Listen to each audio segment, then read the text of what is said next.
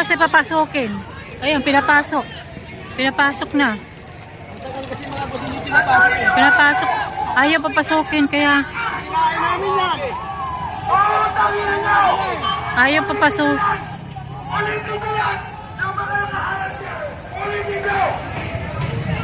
Ayaw papasokin, sige harangan. Mainit ngayon. Ayaw papasokin kasi yung speaker eh. Tama na.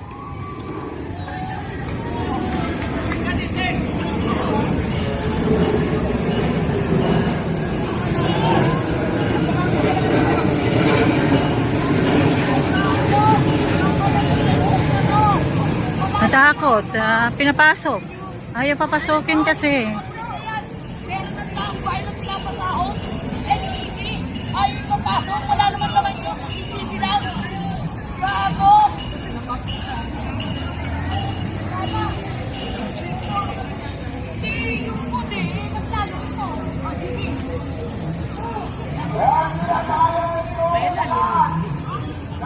Yun, pinapasok na.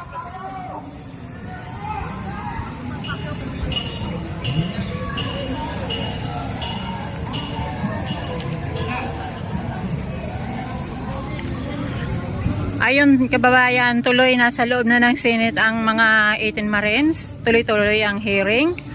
At nagpapasalamat tayo sa mga taong bayan na nandito sa Senate, sa harap, sa labas. Imagine, ayaw nila, nag-ano sila na harangin, huwag papasokin. Ayun, susugurin sila ng mga kababayan natin. Kaya wag, alam na ngayon na mainit, alam na ngayon na naghaharang-harang pa sila. Kaya dapat kung ano yung gusto ng taong bayan pagbigyan, hindi yung may harang-harang. Opo. Ako pumasok ako, tikitan niya ako. Sabi ko, tikitan mo sir ngayon na. Narinig mo? Yes, nandun ako, nandun ako sa Tikitan niya ako. Narinig mo, sabi ko, tikitan mo sir ngayon na. Sabi ko, may asawa ka rin sir. Diba narinig mo? Nandun ako, sabi ko. Nahiya siya eh, may asawa ka rin sir. Yun, sinugod, ayaw pala papasukin yun eh. Diba? Ngayon, takot pala sila. Takot din pala eh. Ayan.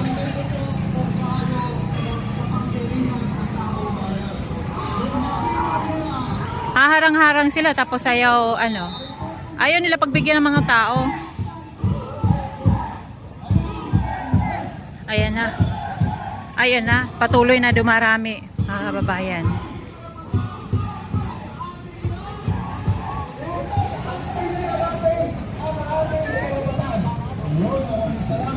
Patuloy yung pagdami ng tao.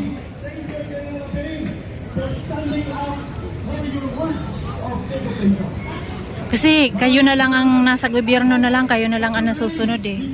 Kung alin yung ayaw nyo na eh. Ginagawa nyo na, binralo na. Tingnan mong ginawa nyo sa majority, black. Unti-unti nyong pinahuli. Unti-unti nyong unti-unti nyong kinakasuhan. Pero ang nangyayari, nagiging baliktad eh. Yung mga sangkot ng flood control, ligtas, malaya tuloy nakakapag malaya sila na kung anong ginagawa nila. Kasi ang nangyayari, kabaliktaran. Ang mga kinakasuhan yung mga lumalaban dun sa anomalya ng flood control. So may mali ang gobyerno. May mali talaga. So ito na. Na ito eh.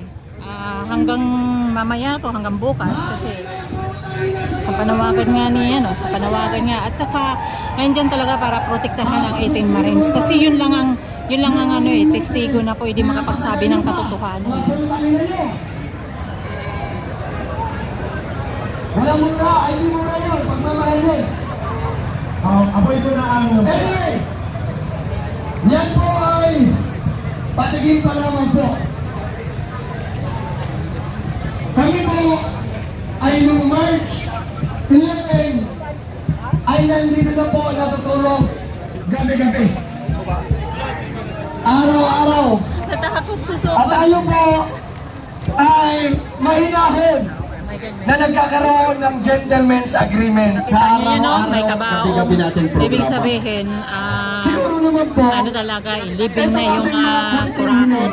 Yung mga Huwag sangkot po ng sana flood igaan control. pa Ayan. sa pahirapan. Hindi naman yan kawalan sa institusyon o sa inyong departamento.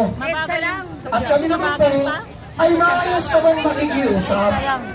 Ngunit, kung kayo po ay gusto ng patigasan, ay handa rin po kaming magpatigasan!